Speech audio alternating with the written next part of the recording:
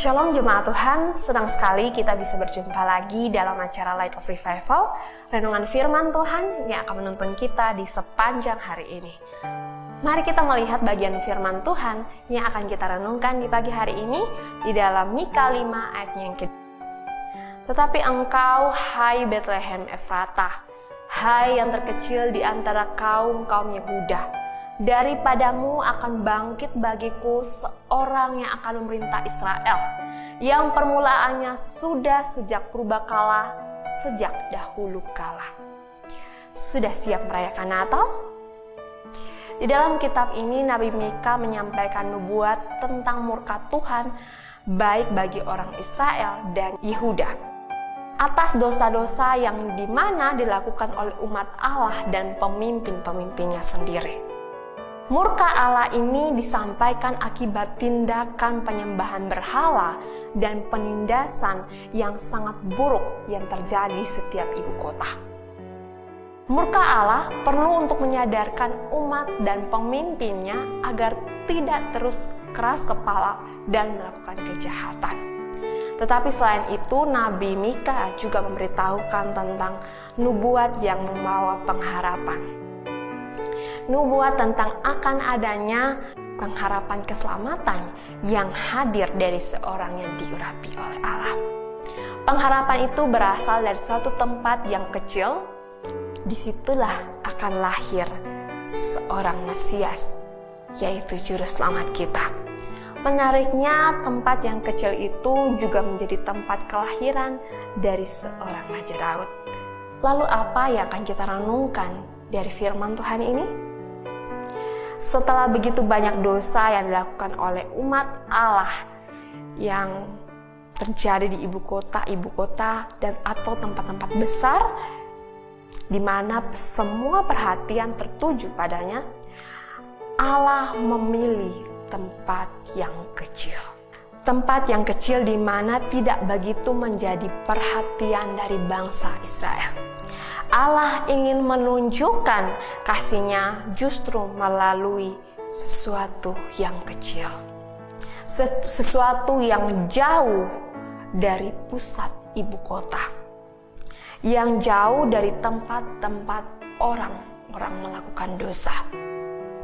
Sempurna bukan? Ia merancang untuk kita dan ingin menunjukkan kepada kita bahwa Ia serius dalam mengasihi kita. Apalagi kepada umat Israel pada saat itu.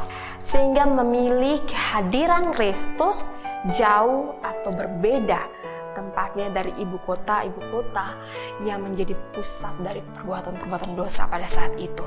Dan ini adalah nubuat sebelum kelahiran atau kehadiran Kristus ke dunia. Nubuat ini disampaikan 700 tahun lamanya sebelum akhirnya digenapi oleh Kristus. Selain jauh dari pusat dosa-dosa dilakukan, tempat ini adalah tempat yang sederhana. Ia yang Maha Kuasa rela mengutus anaknya yang tunggal ke dalam dunia yang sederhana, kepada tempat yang sederhana, agar dapat menjangkau hati umatnya. Ia rela mengorbankan anak yang dikasihinya untuk menjadi manusia, lahir di tempat yang kecil, tempat yang dipandang hina. Ini bukankah pada akhirnya juga mendatangkan penderitaan bagi Allah Bapa dan anaknya? Tetapi semua itu dilakukan demi umat yang saat itu menuju kebinasaan, bahkan pada saat ini juga. Padahal umatnya lah yang melanggar peraturannya. Umatnya lah yang ingin menyakiti hatinya. Umatnya lah yang tidak setia kepadanya. Allah yang begitu mengasihi umatnya rela melakukan hal ini. Seharusnya dengan apa yang sudah dilakukan oleh Allah bagi kita, membuat kita sadar bahwa Allah rela melakukan hal ini demi kita. Padahal sudah sepantasnya kita binasa. Kita malah tidak sungguh-sungguh datang kepadanya, tidak sungguh-sungguh percaya kepadanya, tidak mau hidup sesuai dengan jalannya.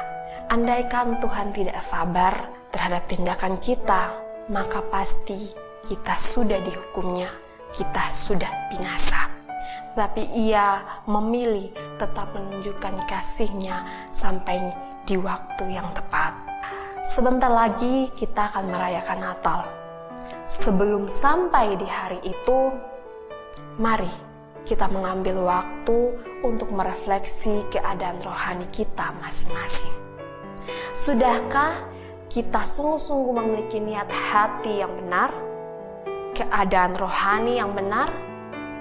Jangan sampai kita merayakan Natal hanya sebagai perayaan biasa, tanpa benar-benar menyadari dan memperbaiki kerohanian kita dengan datang sungguh-sungguh kepadanya, tanpa memberi tempat yang terbaik baginya dalam hidup kita. Karena sesungguhnya tanpa kita menerima Tuhan di dalam hati dan hidup kita, perayaan Natal itu menjadi sia-sia. Tanpa menerima Sang Kristus yang datang ke dalam dunia dalam kehinaan, sesungguhnya Natal tidak mempunyai arti apa-apa bagi kita. Tapi justru jika kita mengambil waktu untuk sungguh-sungguh memperbaiki keadaan rohani kita dengan datang padanya, memohon ampun kepadanya, menerimanya sebagai Tuhan dan Juru Selamat, maka Natal menjadi sangat berarti karena Kristus benar-benar hidup di dalam hidup kita sendiri. Ingatlah, tidak ada Allah seperti Dia, tidak ada Allah yang mau melakukan hal seperti ini bagi umatnya selain Allah kita. Oleh karena itu, biarlah kita sungguh-sungguh menyiapkan hati kita menyambut Natal ini dengan menerima Dia dengan sungguh-sungguh dalam hidup kita. Jangan sampai kita menyesal karena kita terlambat menerimanya. Mari kita berdoa. Tuhan Yesus, kami sungguh sangat mengucap syukur untuk kebenaran firman Tuhan di pagi hari ini. Kami boleh disadarkan, kami boleh diingatkan bahwa sesungguhnya kami harus sungguh-sungguh menyiapkan diri kami bukan untuk sekedar merayakan Natal sebagai perayaan biasa, tapi sungguh-sungguh memperbaiki kerohanian kami, sungguh-sungguh menerima Engkau dalam hidup kami sebagai Tuhan dan Juru Selamat. Karena dengan begitulah kami sungguh-sungguh dapat merayakan Natal yang sesungguhnya.